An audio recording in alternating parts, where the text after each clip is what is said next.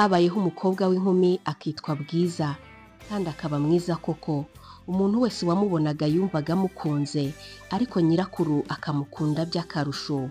Bukeye nyina aramubwira ati, enda iyi fu n'uru rwarya rw'amavuta ubishyire nyogokuru kandi ntutinde mu nzira cyangwa se ngo urangare. Wibuke kandi no kumuntahiriza. Nyirakuru yari atuye hakurya y'ishyamba. Bwiza rigezemo ahura n'ikirura kiriyoberanya, maze Bwiza ntiyabimenya. Kimuramukije arakikiriza, kiramubaza kiti uragana he? Aragisubiza ati ndajya kwa nyogokuru. Kiramubaza giti umushyiriye se iki muri iyo nkangara? Undi ati mushyiriye ifu n'amavuta yo kujya arungisha. Nyogokuru wawe se atuye he? Ariko kimubaza. Undi atatuye hakurya y'iri shyamba, kandi ni rwo rugo rwa mbere uhingukiraho. Ikirura kiriyamira kiti mbega umukobwa mwiza, ariko se ndamuhabwa n'iki ko numva hafi abantu basi biti? Yewe hinga nigendere, tari no kwa nyirakuru wa Bwiza.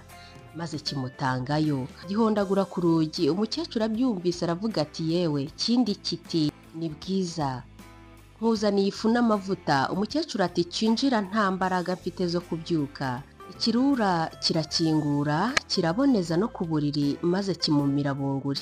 Kiryamira ku buriri bwe, kirimiramiza. Bwiza ngo agere kwa nyirakuru asanga umuryango urangaye. Ati ko numva ibikoba binkuka. Araboneza no ku buriri, yorosora cya kinyamaswa agira ngo ni nyirakuru. Agize ngo arajya kumuramutsa yumva atari we. Cya kinyamaswa kimwirohaho maze kiramumira. Hanyuma kiriryamira kirasinzira, maze kiragona cyane kuko cyari kijuse. Umuhigi arahanyura yumva umugono wacyo ati ni wa mukecuru waho ugona?